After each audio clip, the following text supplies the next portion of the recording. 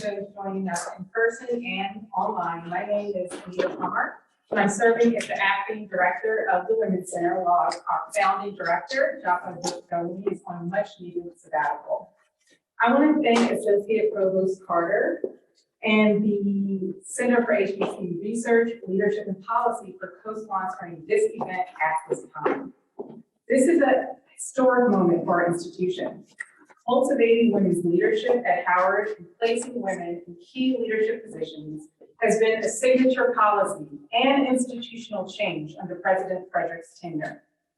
We are currently undergoing a presidential search, and the word on the yard is that whoever is selected for that position is expected that they will continue the work of integrating women leaders at all levels, and faculty.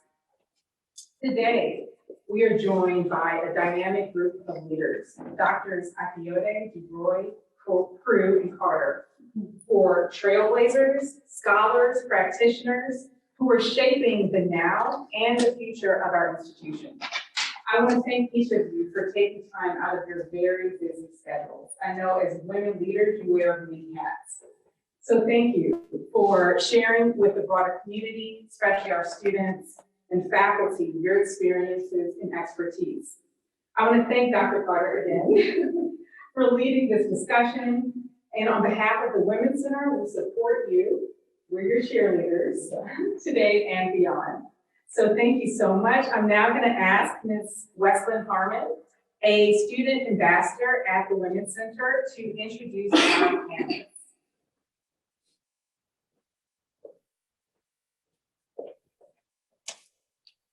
Good afternoon. Good afternoon. Today's event will be moderated by Dr. Carter. Dr. Melanie Carter is Associate Provost and Director of the Center for HBCU Research, Leadership and Policy, and Associate Professor in the Department of Educational Leadership and Policy Studies at Howard University. The HBCU Center was established in 2021 and served as a generator and repository of empirical research that examines issues of significance to HBCUs through collaboration, advocacy, and a shared commitment to their 22nd century success. Prior to her current role, Dr. Carter served as an inaugural Associate Provost of Undergraduate Studies from 2014 to 2021. In this role, her focus was establishing a unit, the Office of Undergraduate Studies, that would focus on implementing structures and strategies that support undergraduate retention, degree completion, and overall student success throughout the institution. A tenured faculty member, Dr. Carter teaches doctoral courses in the Higher Education Leadership and Policy Studies program, specifically the history of higher education, Black women in higher education leadership. Dr. Carter's research focuses on the history of higher education institutions, specifically HBCUs and pre-desegregated Black professional organizations, the intersection of race, culture, class, and gender in higher education policy and leadership, the relationship between social justice, equity, and post-secondary access, and identifying impactful student success and retention strategies at HBCUs and at MSIs. Dr. Carter earned a BA in English Literature and Language in Ohio State, an MA in English Education at Atlanta University, and a PhD in Educational Policy and Leadership from the Ohio State University. She also completed the HERS in Higher Education Leadership Program at Bryan Moore College. Now we'll introduce our panelists. Dr. Dubroy served as the Executive Vice President and Chief Operating Officer at Howard University. Her leadership responsibilities include oversight of human resources and services, auxiliary services, information technology, facility management, environmental and emergency management, public safety, and enrollment management. Under her leadership, Howard University has experienced significant growth in its enrollment growth and, in turn, its financial outlook. Dr. Dubroy began her early career as a research scientist at BASF, the world's largest chemical company. She quickly ascended to the position of global technology analyst, and after 2 years, was appointed to serve as chemical procurement manager, where she managed a strategic sourcing budget of $35 million. She departed corporate America to explore entrepreneurial pursuits and co-founded Tea and Honey Blends, a hair care company that manufactured and retailed natural hair care products, and co-owned downtown Rowley's Element Beauty Bar. Her entrepreneur success landed her on the pages of Money Magazine and Bloomberg's Business Week. Her passion for education led to her becoming a faculty member and later an administrator at her alma mater, Shaw University. The pinnacle of her tenure at Shaw was her instatement as the 17th president of Shaw University. Dr. Dubois' administration positioned Shaw as a resource to the city of Raleigh through entrepreneurial innovation, civic presence, and support for students and surrounding communities. Prior to her executive appointment as president, the Shaw University alumna served as special assistant to the president, chair of Shaw University's Department of Natural Sciences and Mathematics, and as associate professor of chemistry. Dr. Dubois earned her PhD in physical organic chemistry from North Carolina State University in 2007 and holds an MBA from Rutgers University. Now introduce Dr. Akiyode. Dr. Akiyode is a professor of pharmacy practice, assistant dean of student affairs, and interim dean at Howard University's College of Pharmacy. She has over 20 years of experience as faculty member, including 16 years of clinical pharmacy practice. She is board certified in the pharmacotherapy specialty and is a diabetes care and education specialist. She is the founding pharmacist at the Howard University Hospital Diabetes Treatment Center, where she established the delivery of medication therapy and diabetes management services in collaboration with endocrinologists, nurses, and dietitians from 2007 to 2017. She received her doctoral degree in clinical pharmacy from the University of Mississippi School of Pharmacy in the year 2000. She completed a community pharmacy residency program at Williamsburg Pharmacy. Dr. Akiyode is very passionate about lifelong learning, leadership, and professional development for students, staff, and faculty. She received the Professionalism Recognition Award for Clinical Faculty in 2016, the Faculty Preceptor of the Year Award in 2017, and the HU Pharmacy Alumni Association Distinguished Faculty of the Year Award in 2018.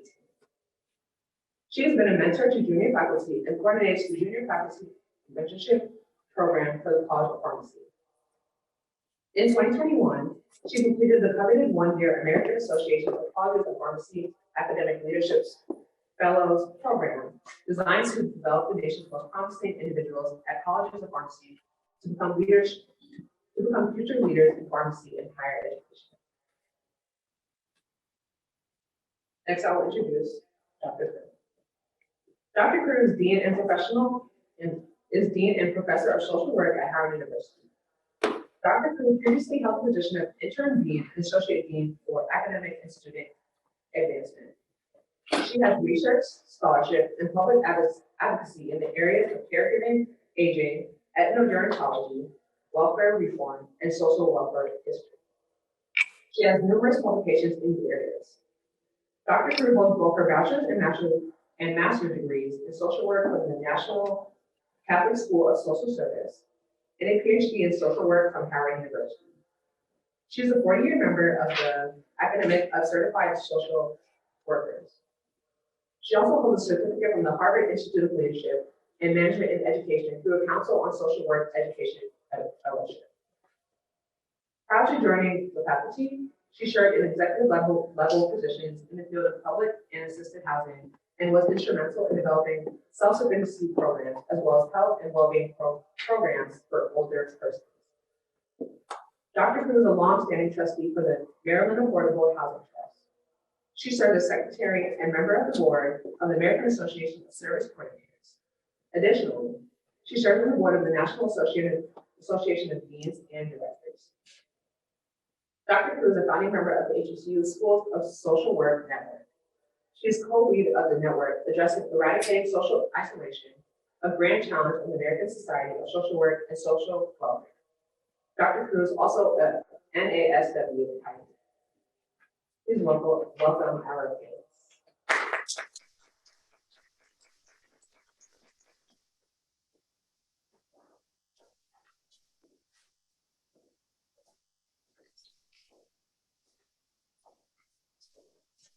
Good afternoon, and thanks so much for the great introduction. You have a marvelous panel. really seeing group of women. I'm so proud to call colleagues. So look forward to this conversation today. As Wesley said, I am Melanie Carter and again serve as moderator. When the Women's Center asked me to moderate and be a part of this, I'm really, really excited. Certainly want to applaud them on the great work they're doing. Certainly highlighting the work of women at Howard is extremely important. And as Wesley indicated, certainly, and also Dr. Palmer, it's so important, so much, so an integral part of who we are at Howard University. And so it's really great to be here. We do have, we can talk about this topic all day long and then some. A few years ago, I developed a course entitled Black Women in Higher Leadership. And so this semester on Monday evenings, we had this same kind of a conversation. We sort of began talking about Black women and their trajectories in higher education, even as students and so forth, and we'll move on with life. Everyone comes talking to us about their experiences. So again, this really is an extension of what we do in that class, and I'm really excited about it. In that particular class, because oftentimes when we talk about Black women in higher educational leadership, we use other what we call paradigms or frameworks to think about Black women rather than looking to ourselves, right? And so for this particular course, I was determined not to do that, intentionally so. And so instead of thinking about people outside of ourselves to look at ourselves, I chose two women to really ground the course in. And those two women are Mary King and Lucy Dixon. Certainly giants in terms of their influence on Black women in higher education, and higher education period. Certainly institution builders, both of them, really long, rich histories working with HBCUs, family HBCUs, in the case of Dr. Bethune. And so again, it's very important that we really think about the experience of Black women in higher leadership, and we can do that by hearing Black women in higher leadership. And so on my syllabus, I had a excerpt from one of Mrs. Bethune's, that's what my grandmother her famous writing from the Actual Testament. I'm going to share that with you. We're going to move right into the panel for opening remarks, and then we'll have some questions. So Mrs. Bethune says, sometimes I ask myself if I have any other legacy for me. Truly, my worldly possessions are few, yet my experiences have been rich. From them, I have distilled principles and policies, my favorite. I have distilled principles and policies in which I believe firmly, for they represent the meaning of my life's work. They are the products of much sweat and sorrow. Perhaps in them there is something of value. So as my life draws to a close, I will pass them on to Negroes everywhere in the hope that an old woman's philosophy that gives them inspiration. And so I look to these women and others certainly to give us some inspiration about this, what it means to be a Black woman who is engaged in the work of higher leadership. So we're going to first begin with Dr. Dubroy in terms of asking her to provide an opening remark, perhaps provide, tell us something about yourself that was not in your bio. All right, sure, I can definitely do that. All right, good afternoon, everybody. Yeah. So first, let me say thank you to Dr. Plummer for her leadership. I know that you've been doing an outstanding job standing in the gap for Dr. Lee. And thank you, Wesley, for such a great introduction. I'm glad to see that you're also mid in the audience because, as always, we need advocates. So I think everybody can appreciate how important it is for us not only to be thinking about women in leadership. And our gender and diversity advocacy as ourselves, but we definitely need to get in partnership with that, and I'll talk about that some more later. You know, as Dr. Carter spoke, I thought about my dad, and I'll tell you why. My mom, she loves that you, so this right here. Like, I'm not talking about my father for 2 seconds. I remember when I was younger, you know, I was very competitive as a kid. And I was a tomboy. You would never catch me in a skirt. And I remember this guy at school, his name is Clayton Earl. he came up to us and he said, you know, I can drive a tractor. And I went home so annoyed that Clayton could drive this tractor. And I said to my dad, who was actually doing work on his truck, and as I stooped down to him, I said, Dad, you know, Clayton can drive a tractor? He said, okay, honey, what's wrong with that? I said, I want to learn to drive. And he said, well, you want to learn to drive a tractor? I said, no, I want to learn to drive your truck. My father ended up teaching me how to drive his truck. I was scared at first because my feet couldn't touch the pedal. And then that summer, I remember I had a growth spurt, and by that time I was learning to drive a vehicle. I was 10 years old. And that can only happen in Jamaica, right?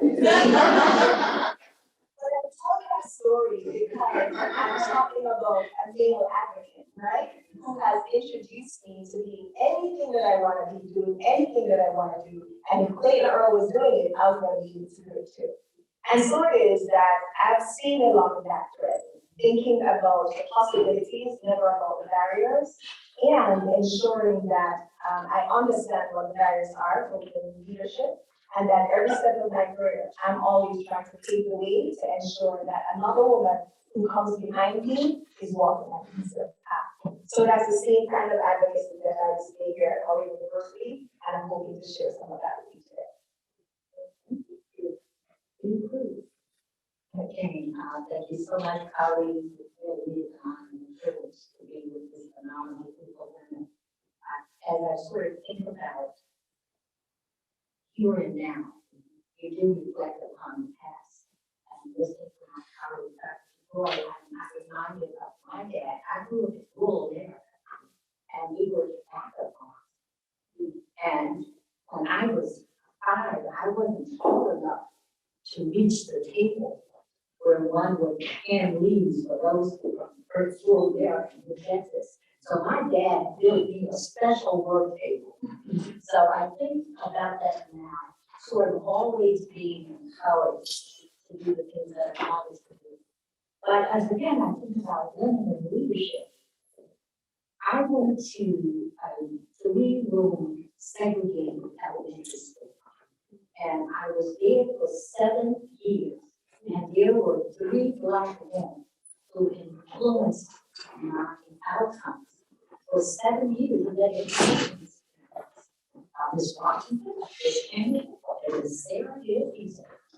And so they stayed with me, and these were progressive era women. And I never really thought about it, but again, their parents were the first generation out of the enslaved status of African Americans. So they really represented a unique part of my history. So basically, those 3 women ran that school, and I never had a male teacher until I went to high school. And so I'm so deeply rooted and sort of sometimes I wonder, what's the big deal?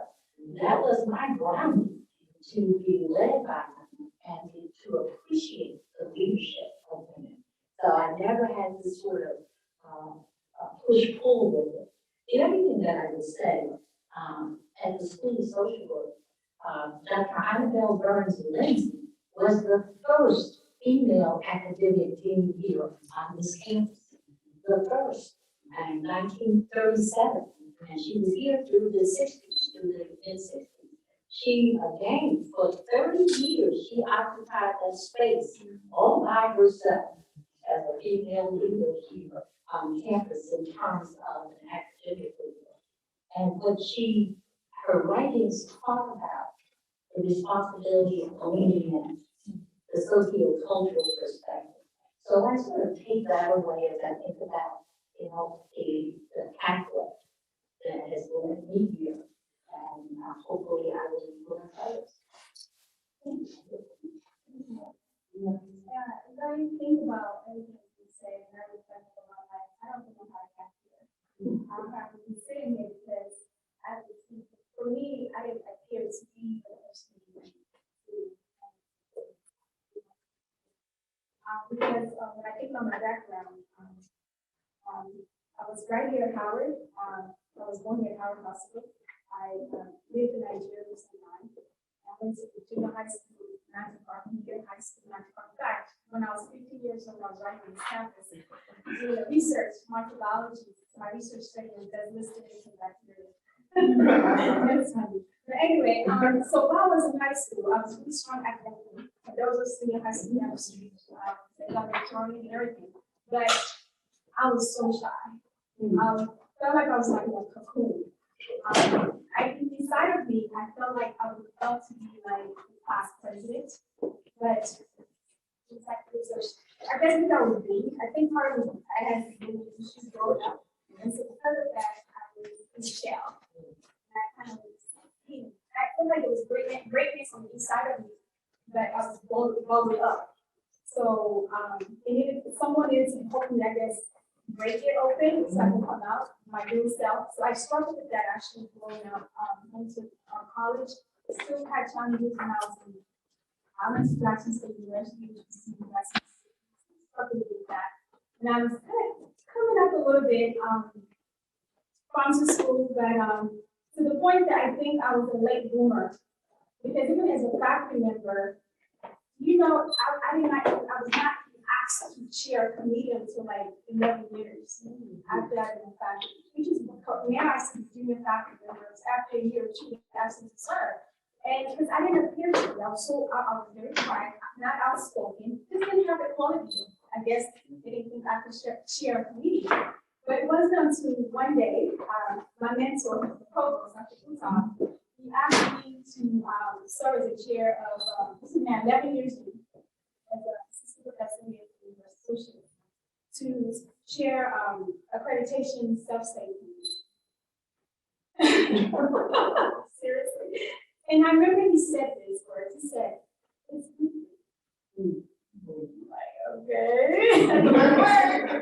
So I took it on, and that was a change point for me. So how is someone who's living to see something you can see yourself? And I'll go back and do that for others. Awesome. Awesome. Experiences in terms of thinking about how others support, not only support you in your career, but also to support you in terms of your own thinking about yourself and your possibilities. So that's thank you so much. There's a question here about unique barriers. I want to ask that. I want you to answer that question as well, but also unique barriers. But also, I'm very interested in this idea of how we create space for solidarity among women in our institutions. Before I mentioned this would be slow, as you know, who was a woman at Howard from 1922 to 1937. And a hallmark of her tenure was that she created a variety of programs and initiatives focused specifically on women, and certainly men as well, in terms of making sure there was some that we were supporting each other, men and women in the entire campus. She really spent a lot of time really illuminating the needs of women on campus, not only the students, but also her colleagues. And so this issue of spaces for solidarity, when I think about that phrase, I think about using this stuff. So what do you think about that? Do we have spaces for solidarity at our institutions? And if we don't, how do we create those? And I'll start with Dr. Dubroy again.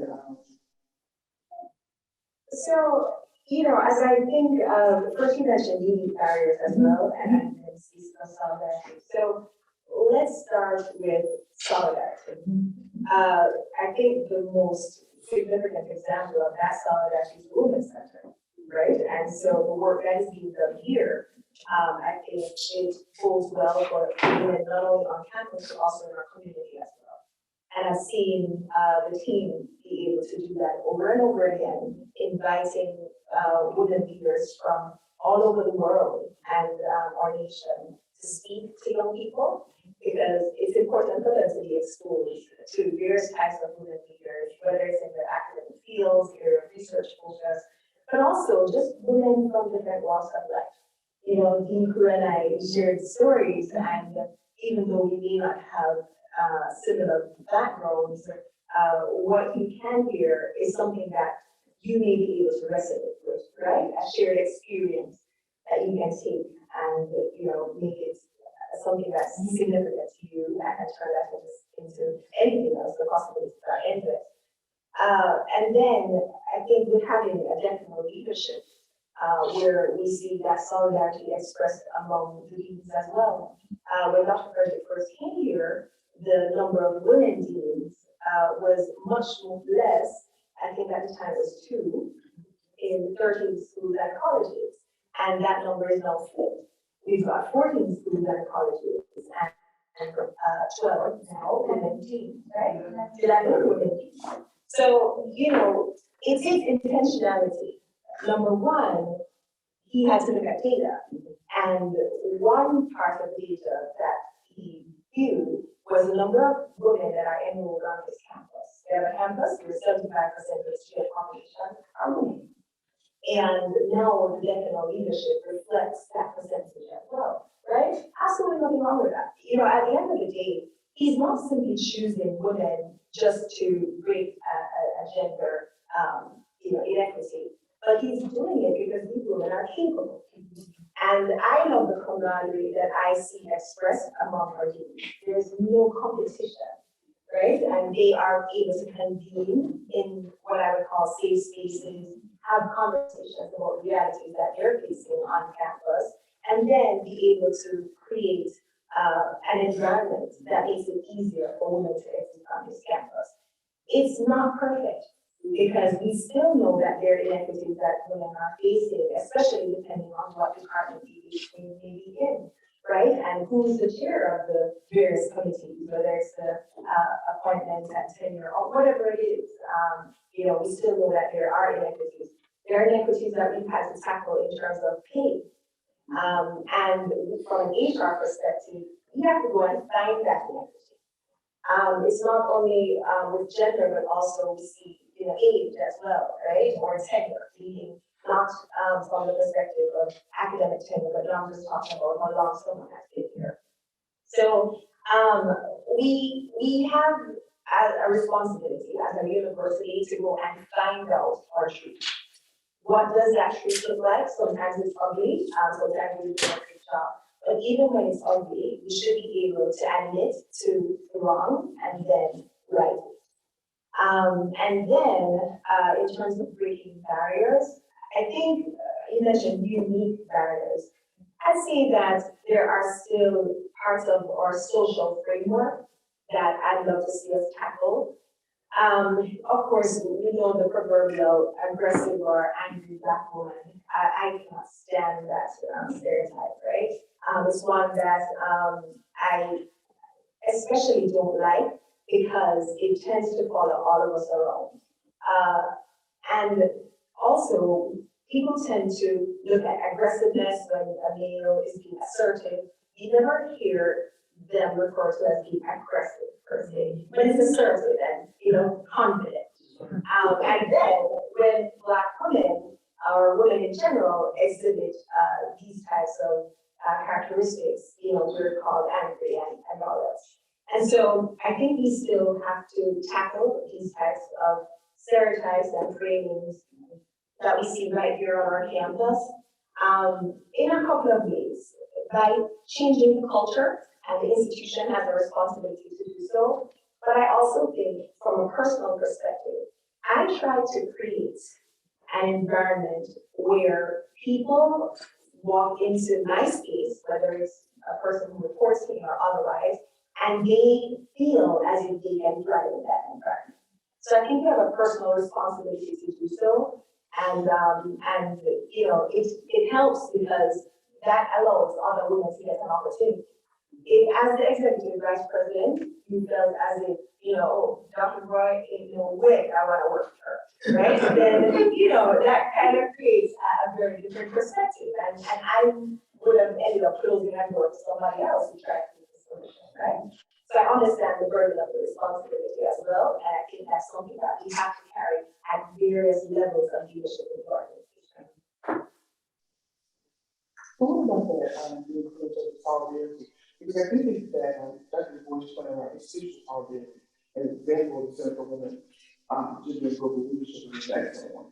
But in terms of also thinking about, is there something other than institutional solidarity? Certainly we have to create structures and supports, put those in place so that those types of spaces exist. One of the things that we can do, of course, some of that things that we can do to create those kind of spaces wherever we are, and also encourage others to create them.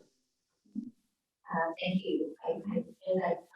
I know all my decadal colleagues, and I have had relationships in terms of interprofessional relationships with almost all of them, except for the newest ones. Looking at that. So when you think about solidarity, is the part you see, and is the part you don't see. Like if I'm having an issue, I can call one of my decadal colleagues and say, you know what? Don't let me hit that send button. My hand is about right.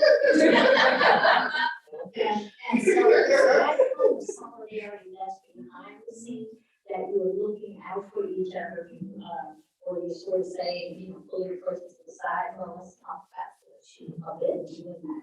So I think that is what I call the silent solidarity that happens with women that you were talking about, Lucy Slow.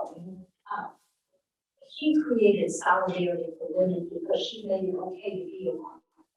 She was shameless when she said, we're gonna have special places and spaces for women.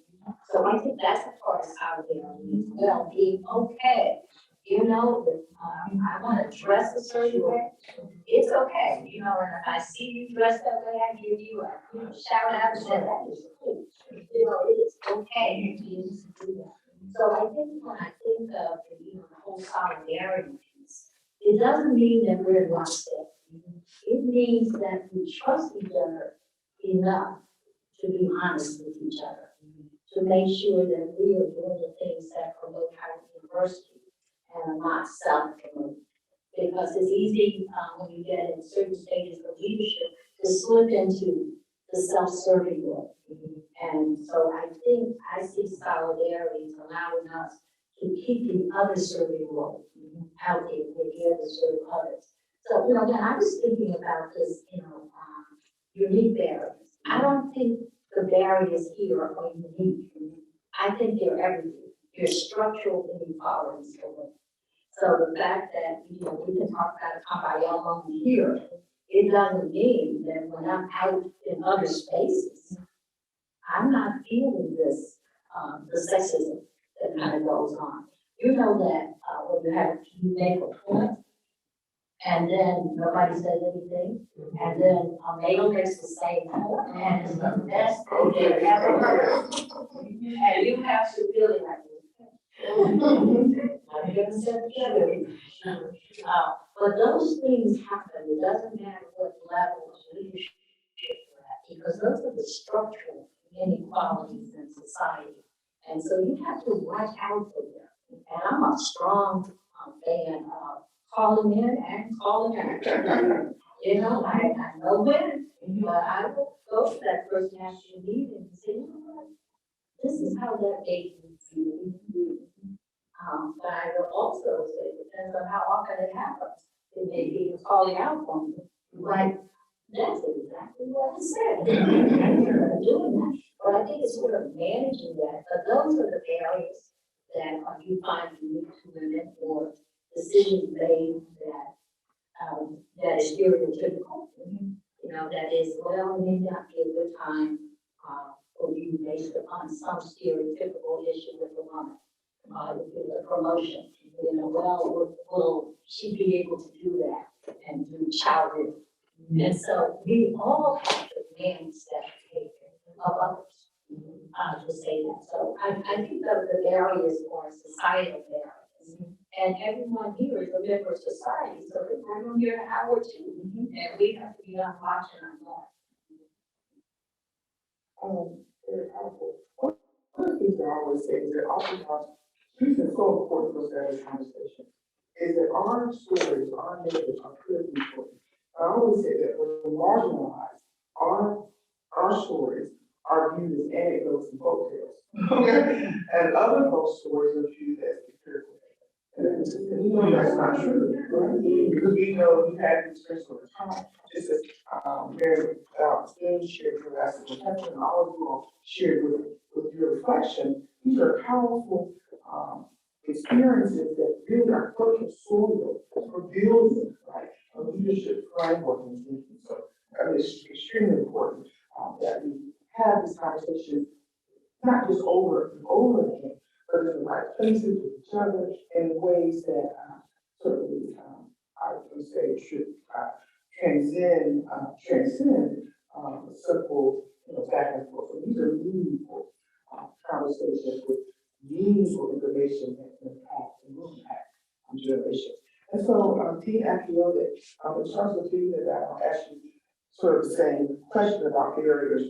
Particularly because I think yours is one of the newest things on the point. I know you're associate dean and you work together certainly. It's a great choice. I'm really proud and pleased with your appointment. But in terms of thinking about new barriers, think about the 11 years. I'm going to quote that you said in my classes. What 11 years? And there was so many. But what kind of unique barriers would you speak to? If there are any barriers for Black women in the HBCU or how to. Before I address that, I was going to mention the solidarity. I'm a month in, right, as dean at Oluwaranti, but so far it's been so amazing support. We really understand really supporting their leadership and reaching out to them for support. I just think that really much controversy for the leadership. So to the point about these barriers or barriers in general, it's not just to HBCU. Sexism is everywhere. Gender bias discrimination, gender bias pay inequity. Think about even leadership, team leadership. Colleges and farms is an example that 24% of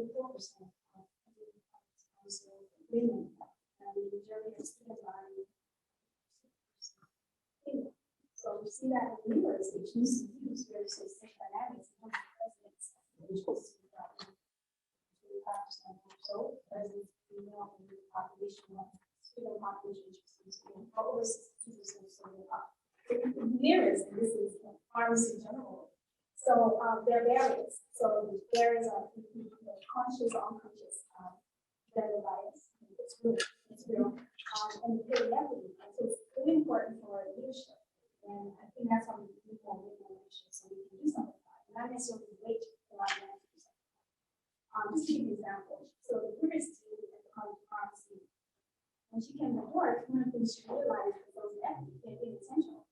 She saw that there was inequity, especially 3 of the female faculty members, and she did something, right? And I was one of the benefits. And she did something about it, and that was correct. So we need more of us also to have the opportunity to do something about it, part of the solution. So those are barriers, and also for women, it's like women, work-life integration. So we are usually the ones shoulder most of the responsibility of child and child care. And so we don't think about the promotion of rank, the tenure stoppage processes, those kinds of things can be allowed. You have to apply for it, and it's not a very easy process. It just be something automatically that you have a child automatically, you have team, Provost, and all this process. So those are barriers I would be doing. Another thing also is self-efficacy, leadership self-efficacy. Because for a man to apply for a job, if they're maybe 70% qualified, it would apply. For women, with to be 100% qualified, before they actually apply. And so where does that come from? So the idea that having that confidence in yourself, you can do it naturally. That's what mentorship is so important. I want to mention one thing that I don't think we touched on it yet, and it's mentorship. Mentorship, sponsorship, there are tables that we don't get to go to because we don't have anyone who's reaching back and pulling us there. And I think sometimes that also causes a barrier for women to elevate in whatever entity they're a part of. Men in leadership often, it's very easy for them to find a buddy to go golfing with And the conversations that happen on the golf course result in trust being built. And we don't often get that kind of opportunity to build trust if the executives are men, because you may not find a large volume of women on the golf course.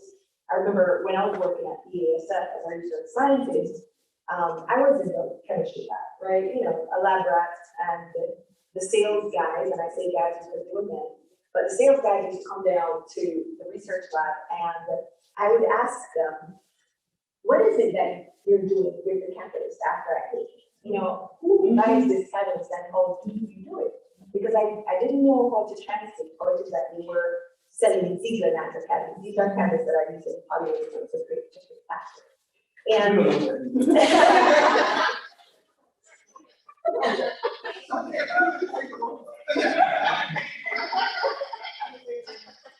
so I remember one of the sales guys, he said to me, well, we sell it to other companies who want to use our catalysts to help make their chemical processes faster. Okay, so where do you identify these chemical companies? And you know, we're going through that. I said, so how do you end up selling it to them? And so you remember, I'm not a young scientist, you know, just trying to figure things out. We want to understand how the business side connects with the technical side of the company. He said, actually a lot of thought. Wow. Right? That was my first interaction per se with an understanding of golf and what it meant for him to build relationships. You know what Tashni did after that? I don't know. Okay, and the boys are not going to meet me, right? But not only do I do that, but I've also brought women along with me, right? And it doesn't matter if you can play out there. We are going on the golf course and we're doing whatever we want to do. And don't ask me what my hand is. It doesn't matter. What matters is our presence. And I understand why it is that the golf course is such an integral part of business building. And it's because it's a place where you get to see people relax.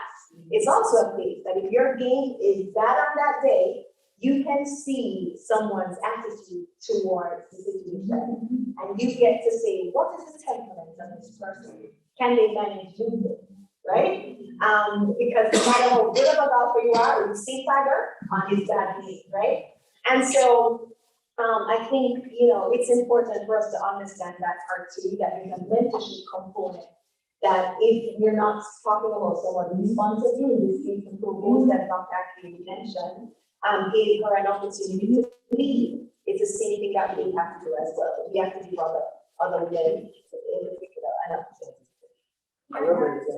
Sure. It's really important, this is a plug in, the university has invested in leadership. To get a pipeline, for men and women, so I just wanted to get that. And we have something with very instrumental in develop that, so. I think it's so important not to just mimic male leadership. We have to, I was thinking about this when I had a faculty member that was a male and he needed childcare. And so it was running through my head the stereotypes. And so you have to sometimes make sure you are not replicating that negative behavior that was, you know, poured on you and you're thinking about that. But I'm traumatized by this call.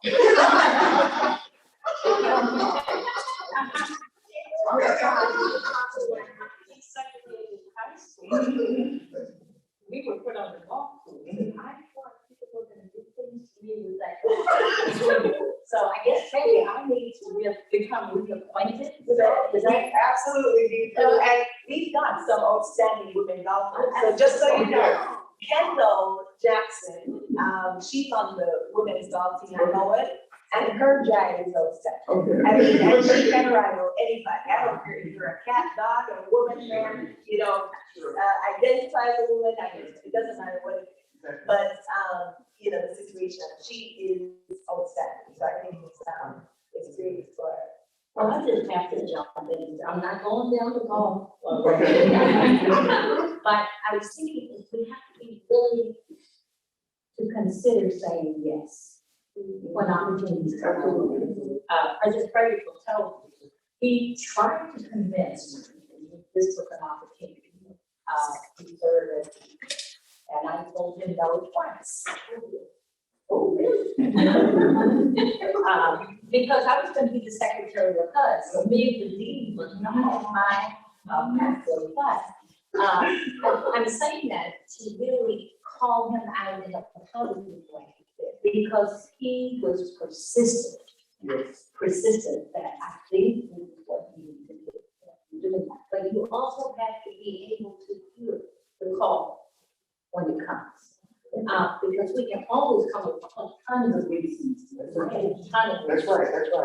And particularly as women, I think that's something that we sometimes, we get all these other reasons why we can't do something. And then don't do that for a variety of other reasons. Typically, I don't want to make general statements, but I can say we all cannot think of examples of that occurring.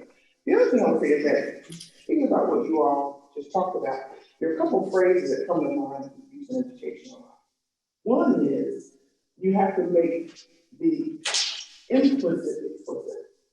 And so a part of it is, if you don't know the rules and no one tells you, you'll never be a part of it. So you don't know when Dr. Boyd asked the question and said golf. I mean, that was a very critical moment.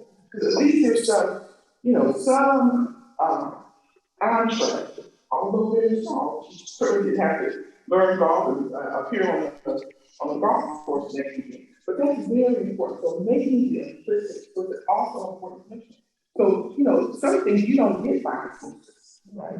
No one ever told you, so you wouldn't know, right? And so a part of our work is, as women or as leaders, period, and leadership is about relationship. Leadership is about relationship. Is to make it implicit, explicit. The other piece that we use a lot, or I use a lot as well, is you don't teach a Black child like you've never been one. So you don't lead Black women like we know, or Black, or anybody, right? So you have to bring your experiences to the table with them. And I think you all provided some wonderful examples of that in terms of thinking about him. You don't lead anyone, right? Without considering your experiences and your perspective and so forth. So again, so I know that our time is still have some time, but I know we want to have quite a lot of questions, etc. But I want to give you an opportunity to respond to two questions. You can answer both or choose one. The first one is, what's your vision for the future of leadership at Howard in your particular role?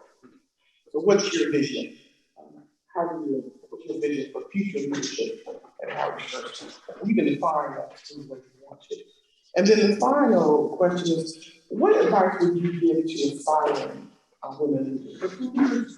But certainly, since today is focused on women in higher leadership. What advice would you give to inspiring women leaders? I'll start with Dr. Akiyode. The first question comes with vision. I think we already talked about the equities, it's still real. And so certainly having institutional leadership that continues in the legacy is inside here, how certainly and ensuring that practices are put in place to ensure the absence of gender biases as much as possible, that we can have leadership, we have individuals in leadership positions. As we have started with parent level, provost level, dean, chair level.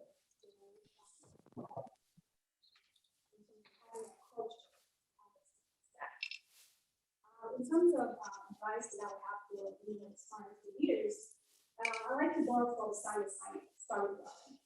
Why do you want to be a woman leader? In terms of it's a small L and a big L, but this is the why. It's important to know your why because it helps you have purpose to leadership. If that drive, it kind of keeps your passion going. Don't have a passion, it's it's not gonna get burnt out very soon. So that's really important to know your why. And then I also like to go from action to learning. He wrote a book called that Dual Team Player. He talks about traits that are necessary to be effective in the team, but honestly, I think that it's beyond that. It goes beyond being a team player because I can resonate with this to the other teams also. And I think that if the aspiring women leader has this two qualities, I think it's like default to be successful. So the three things we talked about was number one, to be humble. Humility is so important because if you're not humble, you repel the people around you. If you're not humble, it's hard to learn. And the largest room in the world is the room for improvement. There's always room to grow. So it's so important that he is aspiring women to be humble. Number two is to be hungry. Very hungry, the drive to go. To do above and beyond, that's what, people successfully get witness. And then lastly is to be smart. Smart, I don't mean IQ, I mean people smart. People smart. It's all about, you don't have to work on people. So working on intensely putting your people skills. Humble, hungry, and smart. Okay. I think the value of sort of going second is that you can say, she said everything. So position. So I selected this. Okay. But, I took for some organizational leadership advantage in our mind, and I included a lot about servant leadership. But I think resident leadership is really so important because we're in a culture now that we talk about diversity, equity, inclusion, and belonging. And I think we give lip service to it. And so I think the future is that we really engage in resident leadership, where we really are embracing differences and not simply saying that, oh, yeah, this is going to be happy kind of a thing. But I think that's the next generation of leadership, to really put some action in that acronyms, in those acronyms that we're using. Definitely, resident leadership talks about emotional intelligence. So how are you emotionally intelligent as a leader? Meaning, how do you deal with some of the issues like, should this be remote work or should this be on campus or should this class be online? That takes emotional intelligence to kind of figure out who it is. The other thing that I think is really important is not to replicate mistakes, but to replicate success. And the only way you can do this is to acquaint yourself with success. Because if all you're responding to is, they didn't do this right, they didn't do this right, find someone that's getting it right and replicate that. Because too often we fall into that pit of first talking about what's wrong with something. Find someone who can show you what's right with something and really kind of move through that.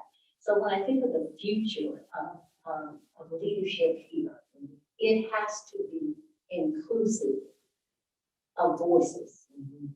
The voices of those students who are first-time college students. The voices of those students who have generational excellence in their family. The voices of those students who can't quite figure it out. But you have to hear all of those voices in leadership and not really make them hierarchical. And so how do you figure out how you level set it and hear what everyone is saying? I had a mentor who said to me when I accepted the definite leadership role, she said, Sandra, you're everyone's dream. Even the ones who really wonder how in the world, what was wrong with President Trump when he made that decision, you are still their dream. So remember, leadership has to regard everyone, even those you don't believe in, even those who don't believe. So, and I think certainly the Provost helps me with that sometimes to recognize it's your everyone's dream. And that requires that you hear their story and it's not your story. Yeah, and also I think too, one thing about leadership is that really, I heard that in terms of doing everyone's team is that, there's literature that suggests that people can be selected or nominated or community nominated. I mean, just because you've been appointed to a position doesn't mean you're a leader. Right, okay? And so I think that we often, so this thing of understanding what that really means, how you operationalize leader in this context. Not just that you have the position or assignment, which is important, but also that you exhibit other behaviors, characteristics, and a vision that speaks to you so that people can speak to what you believe and how what you intend for your leader or for whatever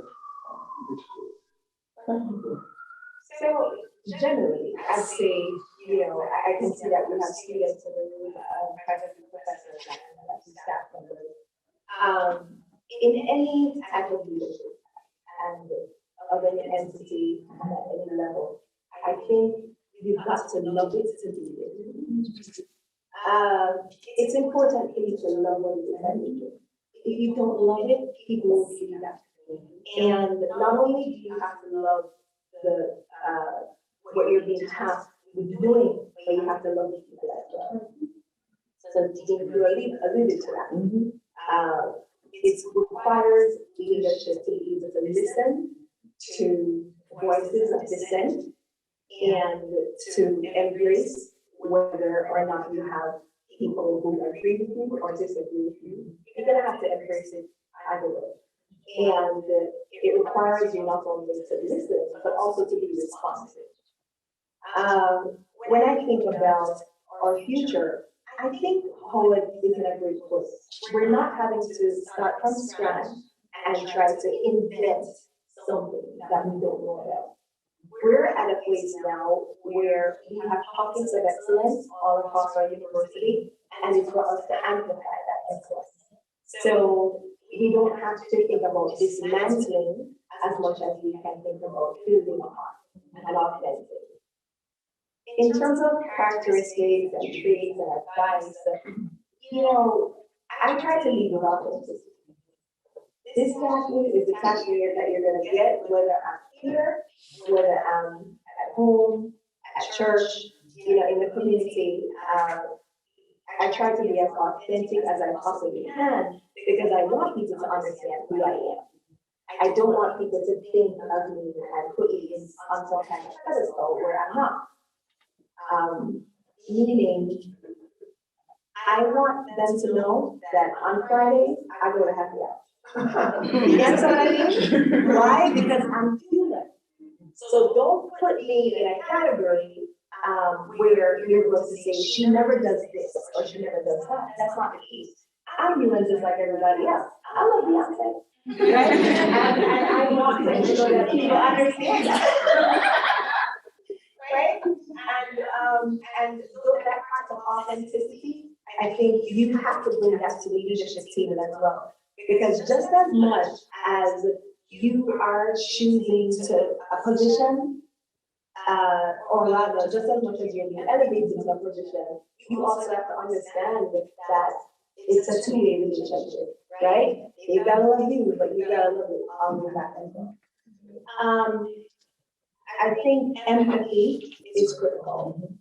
We've got to lead with empathy because we all come from varied backgrounds, and I'm not going to have your experience, Dr. Carter, you're not going to have mine, but I have to listen enough to you to understand your experiences and see if there's anything that we can change at the university or in classroom environment to make things a little bit better, to make the journey better for you. And as leaders, it's our job to do that. Somebody doesn't always have to reach out to us to say, here is the challenge I'm facing. We should be able to look at our organization and say, are there any challenges that our community members could possibly be facing? I know Dr. Grant is here, and I don't want to call it Dr. Grant, but one of the challenges we know that we face on this campus is these spaces for lactating mothers. Oh, right? And we're constantly trying to find how it is that we're going to do this and do it well. So I'm inquisitive. I'm always at the airport, everywhere, just taking pictures of stuff and saying, okay, that's an idea. Let's take it back home. So I see those natural things. We see them. But then it's easy. We could get one and we could put it anywhere. Put it on the yard. Doesn't matter. We can put it somewhere. But how do mothers feel? You know what I mean? So you have to think about the experience. After you do it, it would be very selfish of me if I'm the executive vice president and chief operating officer and I just say, okay, let's do this. So we need to talk to mothers who are facing that and say, how would you feel about it being here? You know, what kind of privacy do you need? You know, is this what you want? Right? And so I think that's the same kind of position that we have to take as we walk across the campus. And I know we were focusing on women today, but the brother needs us too. And so any kind of decision that we make as leaders, that's the kind of evidence that I see that we should sit it. I know when sometimes we love to boast about the diversity that we have here, and absolutely love it, Black excellence, we're on top. But let's not forget that our community is a monolithic. And there are people within our community with varied needs.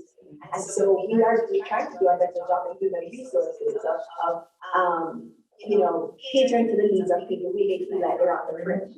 To talk about women today, yes, we spoke about traditional women, but what about people who identify as women? Right? And so we don't want to have conversations without being inclusive. And so, we need to think about that.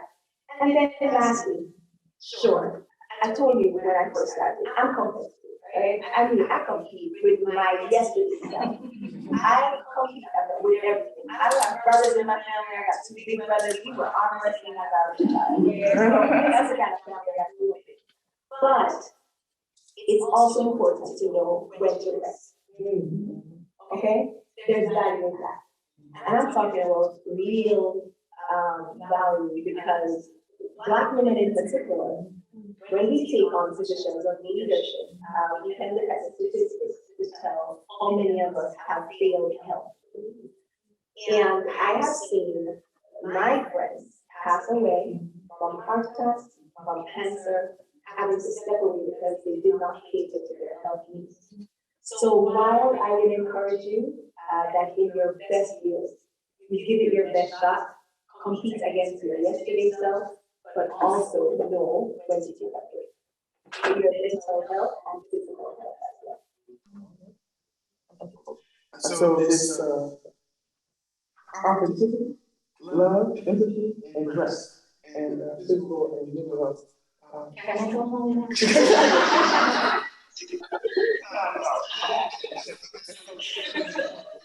now? Really, I think we could, we'll take this to our question and answer, period. But I think this issue of rest and attending to our physical and mental health is so critically important. And when we look at some of the women that Dr. mentioned in terms of her friends, but also when we look at even Lucy's Crowe and others in terms of what that really meant when they didn't attend to that, or whether they attended to or not, the pressure of doing this work, what that means. And so I think those are really, really powerful words. Articles written about, Black people practice of being resilient. Well, resilience includes apathetic load. So, if you're in attention to resilience rather than resistance, this is not Exactly. That's right. resilience really doesn't reach out that contribute to the whole problem. So, I don't want people to say I'm resilient. I want you to change the beginning following, so I don't have to use it. And also, I have even and women oftentimes are tasked with the work. We have in our teachers education, they talk about youth houses being the mule of higher education. And I say, HBCUs don't equal higher education. What is that? Right? So we're the workforce, and that I can't do it. Right? So I'll take a thing there. One last thing. We have to ensure that we're not balancing the books of any university on the backs of a single woman. Because you raise a great point. At times, you find that single people are the ones that are given the most amount of work because, and especially single people who don't have children, right? So we have to be careful about that. They say that 8 a.m. is one of the most discriminatory hours of the workday because, you know, their families who are dropping off their kids to work and also moms who are definitely doing that most significantly. And if you are trying to set the meeting at 8, you can have a mom who just can't eat, right? So we have to think about all of those things. I try to be cognizant of that you're not calling on the same people simply because you're giving, you know, the maximum effort. But those things are critical as we think about everything. But you raise every point that you keep Great, thank you so much. Okay, great. This has been an amazing panel. They don't know yet, but they're coming from my classes, so that's need this. Okay, yeah, this is great. But we do want to open the floor for questions, right, Dr. P? And so, okay, how do you? So we'll just say, you don't have to raise your hand, stuff. Okay, you have to go to my. We have, one. Okay. Okay. So thank you everybody for being here. So for Q&A, we have a couple people online and then we have people in the audience as well. So we'll allow you to ask a question. I'll check and see if there's kind of like, you know, people on the online that want to ask questions and we'll lump those questions together. And so we'll just go from floor to online. And so our time's up. Okay. All right.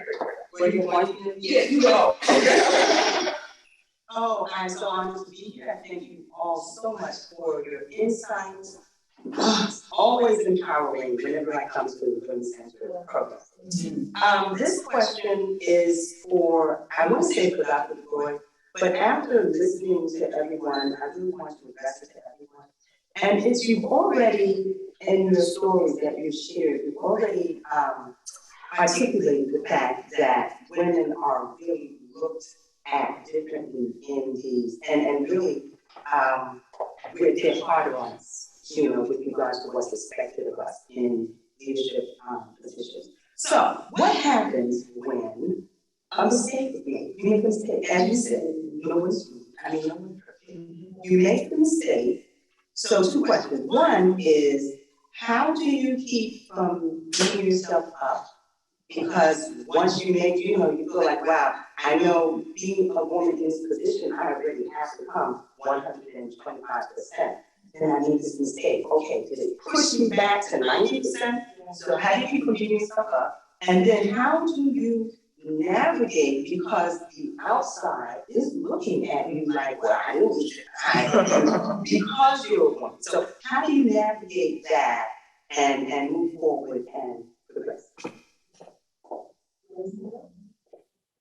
Well, I would say you own your mistakes. And ownership of mistakes is 90% of the battle. And so when you own your mistake, you say, I made the mistake. But that mentorship ties back to it. To call someone to say, okay, this is the mistake I made. What suggestions do you have that I can work on to have that? And I've done that. But ownership to me is really important. Because I said it, I made the mistake, but I focused on correction. I didn't stay in the mistake. I kept moving, and so I think other people will push you to the next level. If you are confident enough to share with your colleagues, I made a mistake. And so I would say I would start with ownership and sharing with others, trusting others. And I talk about imposter syndrome, right? Because I think you had that too, some of that. I hope nobody from Harvard is online because I'm almost at Harvard. Harvard does a lot of good things, but I'll tell you one thing that I'm not quite a fan of. The Harvard Business Review, for example, I read quite a few articles on there. And what I'm not a fan of is you have to look at who's authoring these articles and who's authoring research, because at times I feel as if they posit something and it's impractical, or you know, it's something that the majority may not agree with, but then they have such a huge platform that it becomes part of common conversation. To me, imposter syndrome is one of the parts of that language I do not like. Because I think sometimes when people lack confidence and someone says to them, you have imposter syndrome, they start latching on to imposter syndrome rather than finding ways to help build confidence. Making mistakes and being able to recover them is a way to build confidence. And there's part of it that's intrinsic, that you have to realize that it's okay to make a mistake and you don't beat yourself up about it. And it takes some practice to do that and sometimes some coping mechanisms because we're harsher on ourselves. Right, sure. But then secondly, I think that's why it's so important for you to choose the organization that you choose to give your passion and energy to. Because if you are going to work for an organization that does not allow you to make a mistake, you shouldn't be working there. So you've got to be working in an environment where people say to you, oh, it's okay. You know, after you let everyone know, as you mentioned, that you own up to it, but you also have to be given the opportunity to recover. And not because you made a mistake does it diminish the leadership that you're able to exhibit. So I think there are two ways to it. The environment that you're in has to be able to cultivate what I would call iterations of innovation. Because through those errors, it comes an innovative process, right? So you say, all right, let's not do that again. But what we're going to do is we're going to make it better. And only through that process do I think that you're able to build on something great. So I encourage people to try because I know that through that trial, you're going to make an error. But, you know, that's from being a chemist, right? That's what we do. You know, and I got this, right? Some little drops there. That was the way to try this. So I think, you know, it's important for the organization to also adapt and adopt both ways, that type of thinking. I'd like to ask that. That is absolutely important because that's how you have experiences to show the other side of mistakes. You have mistakes, how can you actually be able to teach others? But also the idea of having a strong support system. It's really important to have a safe space that you can go to and you make this state, you know, because we all make mistakes that encourage you and get direction, guidance in the process. And also positive self-talk. And I think it's important to kind of learn to do that. Make a mistake, because I know people I can do hard on myself. Perfectionist, so sometimes like I can do it, you know, it's okay. Just moving forward, and kind of that's the past, and you know, it's really important to have that positive change the negative talk into positive. And I also thought this is important to know when a mistake is a mistake when it is. Sometimes things are paraded as a mistake. I mean, again, there's no, I think should be, only should be reluctancy to admit a mistake, but also I think to put things in perspective. There's a time you know, if that doesn't happen, the world's not going to come to an end. Okay, that sometimes is important, right? So I think. Okay, so my question is self-centered, but I think it will help the community. And it is that I am a faculty member. I've almost completely closed my time. I have a little administrative job. And as I think about your work, I see you all working very hard, like all the time. So I don't know, and I think you have alluded to some of it, how you balance, like literally what does work-life balance look like for people? Especially the children. All right, so I'm not sure if everyone has children, but I do. I have a 13-year-old daughter. So I'm going to talk, so I can talk from your perspective of being a mother. I know how to work hard. That's part of my ethos. I'm a hard worker, smart worker, anything that you want to call me about hard work, yes, because I have always taken on tough assignments. This job is no easier, right? It's an exceptionally tough assignment. But at the same time, I'm good at what I do because I also get rest. And it's important for me to rest so that I can do better at what I do, right? And so I don't feel as if I would be able to function unless I slept that night. I'm not able to function unless I get to go out with my girlfriends, right? Those things are important to me. I'm not able to function unless I get to laugh and kid and play with my child when I go home. You know, when I walk through that door, I take off the COO hat and I'm home. And my daughter is doing this. I mean, not saying that to you, but to me. I cook to this day. 2 nights ago, because I'm not eating leftovers, but 2 nights ago, I did turkey veggie. The 2 nights before that, it was salmon and mashed potatoes, right?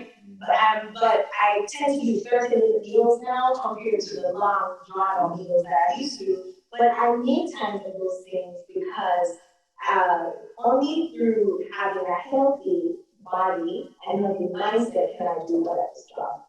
It goes back to another thing that you mentioned in terms of work-life balance. I like to call it work-life congruence, and I did not coin that term.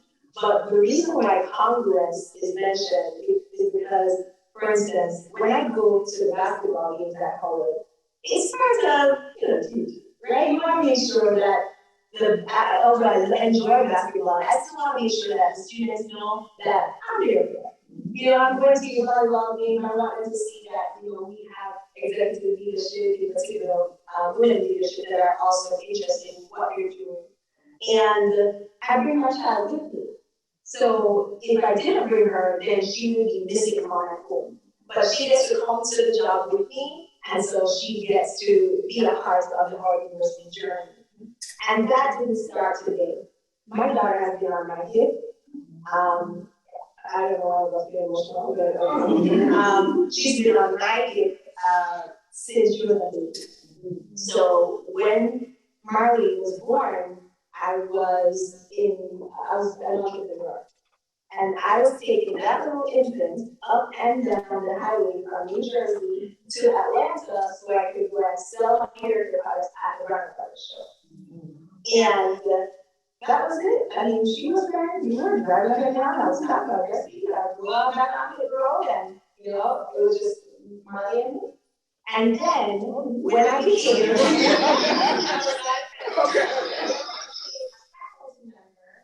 then was a department chair, I remember daycare ended at noon for her.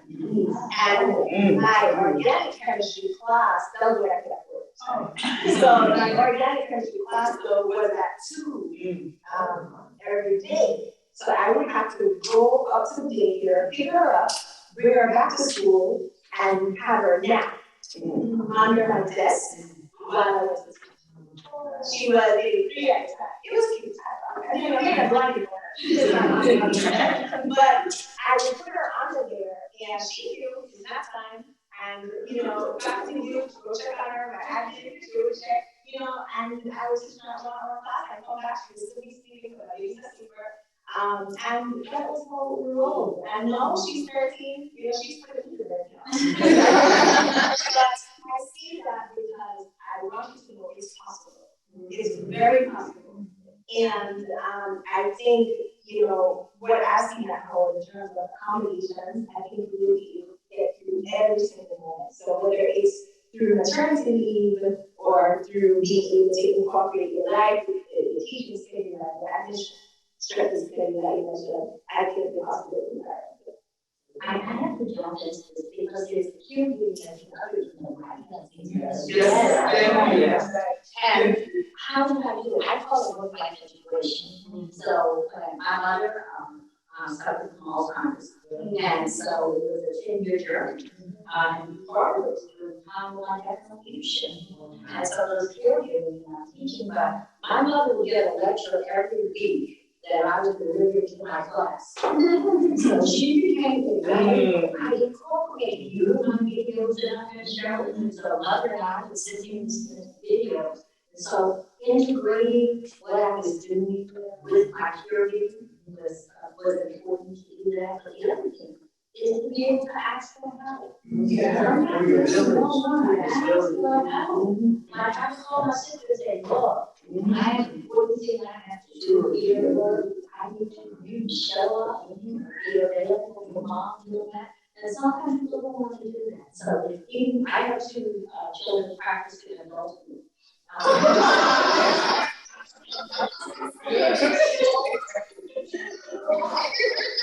They grew up as a child of a working mom in leadership position. And they're probably well balanced. So they put them into things that I do. And I have always tried to separate that. some things have to be reviewed. And I think it will make clear how to do it. With my mom, with Alzheimer's, she was my campus. And so I lost her in the school social work. But faculty pitched in and said, hey, it happens. You don't beat yourself up. And when I brought my son to a workplace, the child had nothing better to do than put his head in the copier. So the next day, people come in and use his photo. And I'm just screaming and yelling, I think you do a piece of the copier.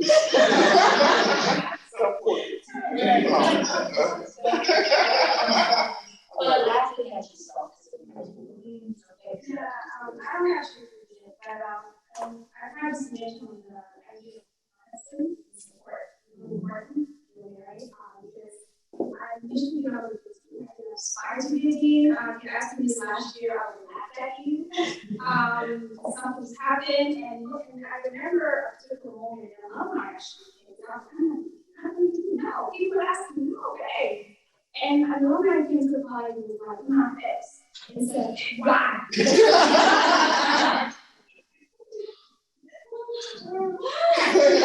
And I was so proud. And I just because I was so scared, like I was need to work, and I didn't like that. And I was just so worried. And she was just telling me, like, this was doing it. She does this, and I'm like, oh, okay. And I just then I write, I started thinking about possibilities.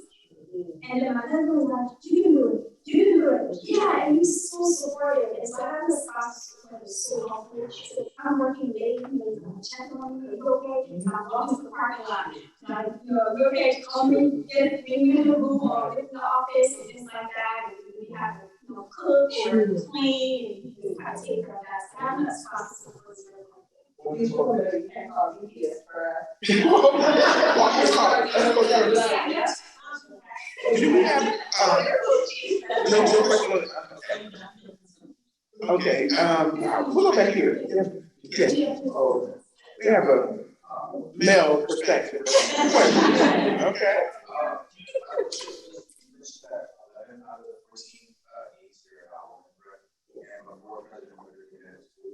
So, I feel like students that number, right, I can just, HBCUs in their own development capabilities of Black women, while other people can try to. So my question is, how do we influence other HBCUs to do that by that decision? I love that. So there are a few ways. I met our college presidents to come to our PBPSC. Now, when you do something like that, remember, I'm leaving, I'm the boss, and I'm about to go work for a man. Okay? But the reason I did it is because Dr. Frederick wanted to create models of excellence in HBCU leadership for other HBCUs to follow. That excellence has to permeate at various levels of the university, and the technical leadership is a strong example of that. So when I got the position of COO here, within 3 months, 20 other HBCUs created a COO position. Can you imagine that? I didn't call anybody. He didn't call another president.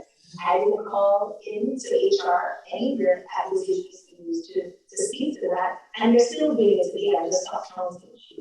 So I think when we think about where we are, how we have to understand both the challenge and the beauty that responsibility brings.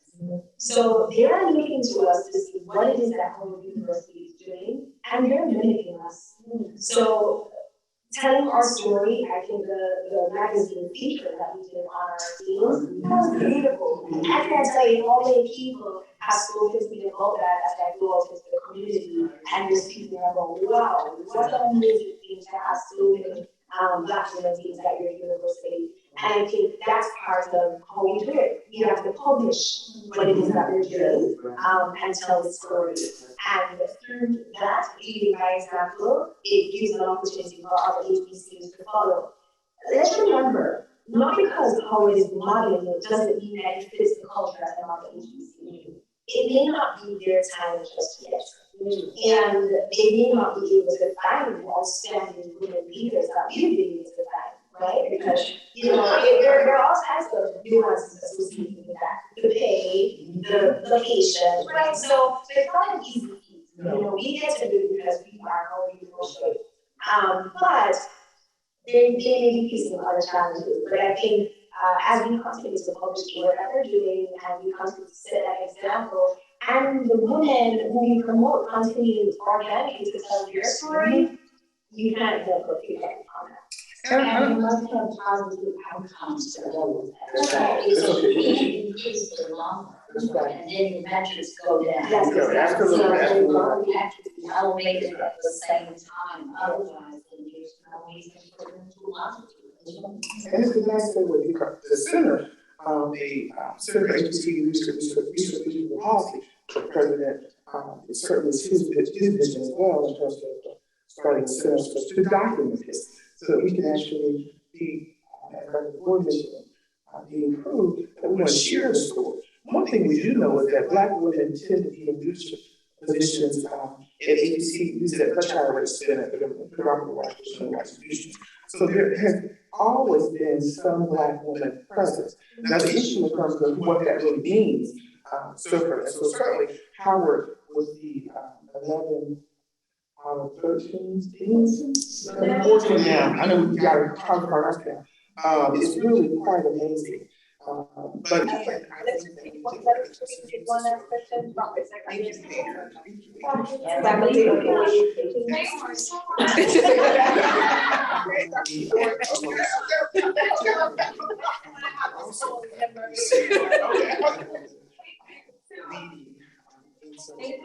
Thank you for hearing all of this with us today, but I definitely wanted to ask a question of, whenever you all were talking about growing up and kind of how you were tomboy and you grew up in rural America, we were very curious and ambitious, and how that was kind of how do you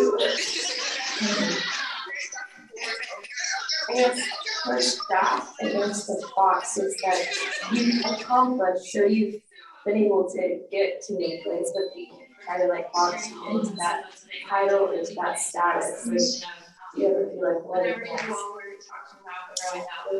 like I can't kind of become the same ambitious or curious person that I was, because I made it here, and people associate that with like rural America, with being a tomboy. Those are no longer my associations. Absolutely not. I walk into any room and I act as if I'm hot, okay? And so I don't feel that I have those kinds of barriers because I don't allow people to place them on me. So you don't get to define my character. You don't get to look at me because I acted one way in one particular circumstance and use that to judge me as a person who I am. I saw something online the other day where it says, everyone who has interacted with you has a difference in personality, right? And that's because if you saw me at church and I'm holding my hand and singing the guy over there, you're gonna say, man, she's so spiritual, she's not afraid to raise her hand in church. If you saw me out at the Burger King concert, I'm having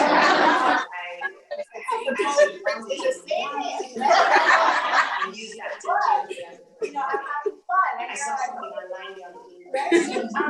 Everyone who has, because at the end of the day, all of us that are.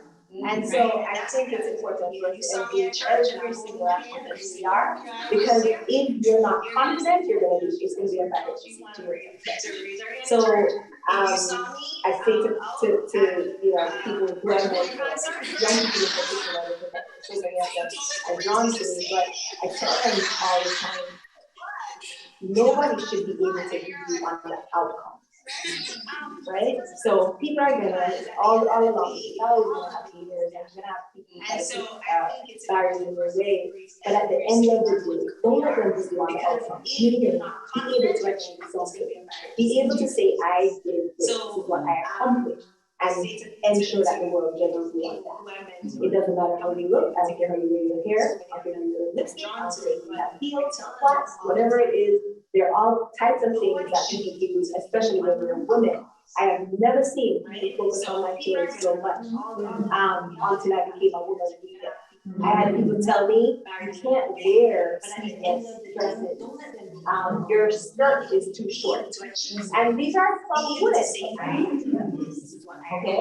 So don't think that just because we face discrimination or barriers that's about coming from men or institutions.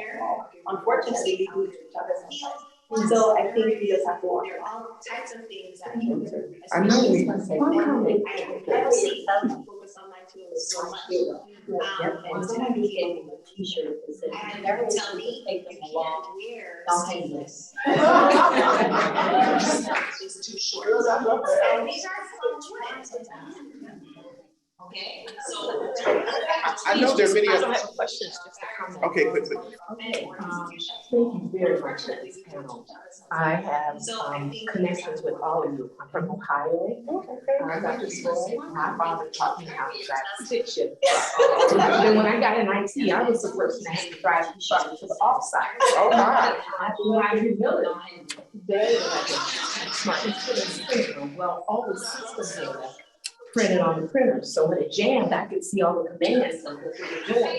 So they thought I was really smart. Moved me out of it. But I was humble. It's like, I'm in the printer room. But all the content was on the printer. So I got smarter, and also some of the other printers, content was coming out. I said, what is this? I decrypted it, turned it into an educator, and then they moved me out of that spot because I created content and instruction on how to handle all the errors. And I was kind of quiet too. So that's probably why they pushed me around a little bit, but I wanted to say all of that brought me. So I stayed humble. I kept doing all the little dirty jobs I had outside, and they couldn't do anything with that. So then that moved me on. And so really, I feel like my 40 years in IT brought me the power here. So I'm so very happy. Thank you so much. I want to bring Dr. Dean up. I want to thank him. I know she's going to do the same, but I want to thank Dr. Dean and Dr. Plummer and Westland for a great afternoon. This has been marvelous. I really do appreciate you having us all. Thank you. And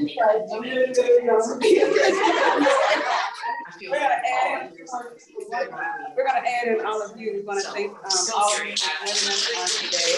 We also want to thank all of the people that are online that joined us today. We appreciate you for tuning in, for coming here midday, staying the whole time. We appreciate you, and most importantly, we want to thank our incredible panel.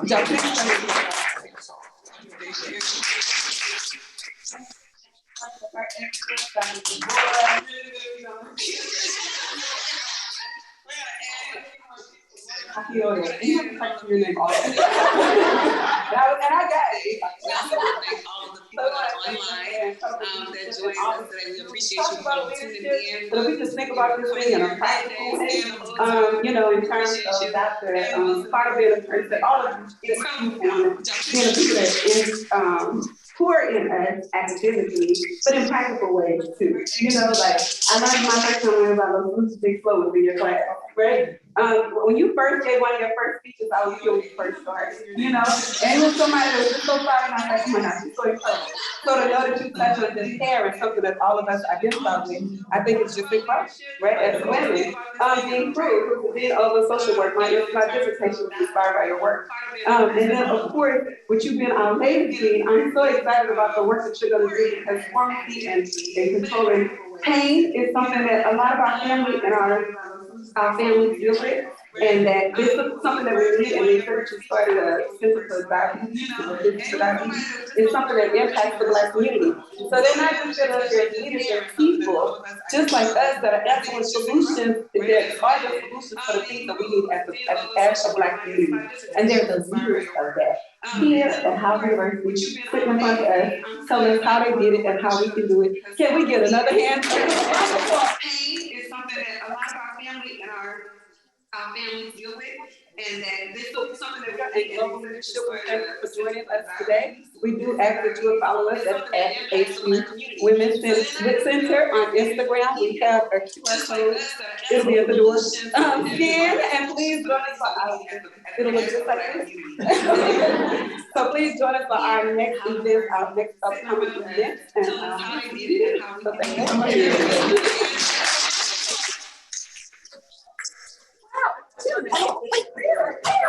Hey, everybody. Global Leadership, we thank you for joining us today. We do ask that you will follow us at HU Women's Center on Instagram. We have a QR code. It'll be at the door. Scan and please join us for our, it'll look just like this. So please join us for our next event, our next upcoming events, and we'll see you then. So thank you so much.